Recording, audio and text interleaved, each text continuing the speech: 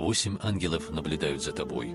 А вы знали, что есть 8 ангелов, которых Всевышний Аллах представил каждому человеку с рождения и до смерти? Они сменяют друг друга каждый день во время утреннего и послеобеденного намаза. Вера в ангелов является одним из столпов ислама.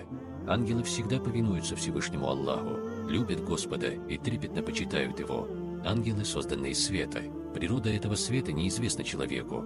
Также ангелы лишены желаний и страстей. У них нет пола, то есть среди ангелов нет мужчин и женщин. Их количество невозможно сосчитать, и у каждого из них своя обязанность. Вы знали, что каждый день ангелы делают дуа и просят за людей? К примеру, Всевышний говорит в суре Аш-Шура: «Небеса готовы расколоться сверху, ангелы возвеличивают хвалой своего Господа и просят прощения для тех верующих, кто на земле. Поистине, Аллах прощающий, милующий». В сборниках Бухари и Муслима передается о том, что пророк Мухаммад, алейхиссаляту вассалям, сказал: «Ангелы ночи и ангелы дня, охраняющие тебя, сменяют друг друга каждый день во время утреннего и послеобеденного намаза. Каждый раз Всевышний Аллах спрашивает: в каком состоянии вы оставили моих рабов? Хотя Всевышний знает ответ. И они говорят: о наш Господь, мы оставили их совершающими намаз». Имеется в виду послеобеденный намаз. Знаете, братья и сестры, этот момент заслуживает нашего внимания. Вы бы хотели, чтобы ангелы засвидетельствовали о вас Всевышнему, рассказывая об этих двух состояниях? Или вы хотите, чтобы они сказали: «О Аллах, мы оставили их спящими во время утреннего и послеобеденного намаза»? Или они оставили свою обязанность, или еще хуже, занимались чем-то постыдным и порицаемым? Каждому из нас представлены 4 ангела в течение дня и 4 ангела ночью. Общее количество составляет 8 ангелов. Первый ангел располагается с нашей правой стороны и записывает наши хорошие деяния. Второй ангел располагается с левой стороны и записывает наши плохие деяния. Эти 2 ангела наблюдают за нами и фиксируют все, что мы делаем. И они никогда не покидают нас.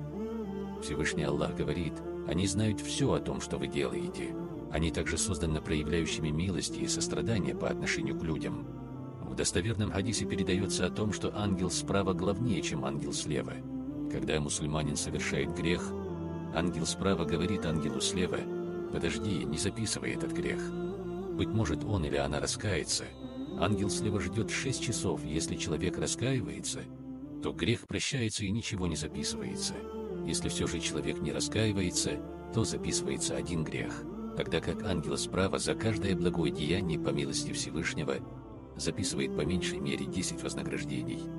2 других ангела располагаются спереди и позади человека. Ангел, располагающийся впереди человека, защищает его спереди, а тот, кто сзади, защищает его сзади. В суре Ар-Раад в аяте 11 говорится: «У него, у человека, есть ангелы спереди и сзади, охраняющие его по повелению Аллаха от зла и вреда. Поистине, Аллах не меняет положение людей, пока они не изменят самих себя.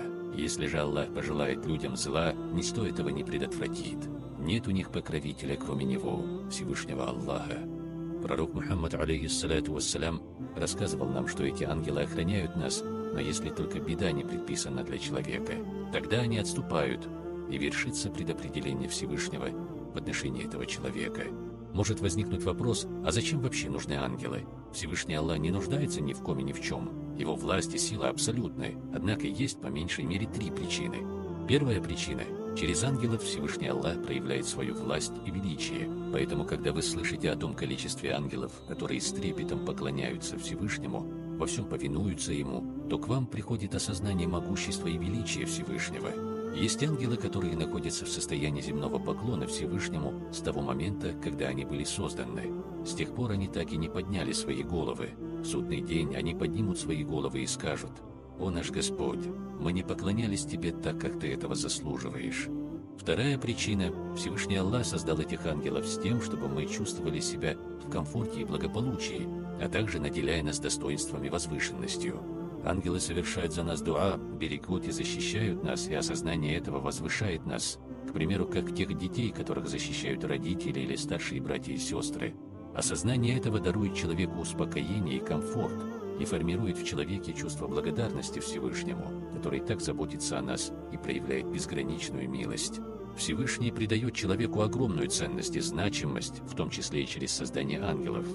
Третья причина: Всевышний Аллах дает нам знать о том, что вокруг нас есть ангелы, возможно, для того, чтобы мы постыдились и удержали себя от неповиновения Всевышнему, как на людях, так и наедине. Да простит Всевышний нас всех и одарит нас своим благословением. Аминь.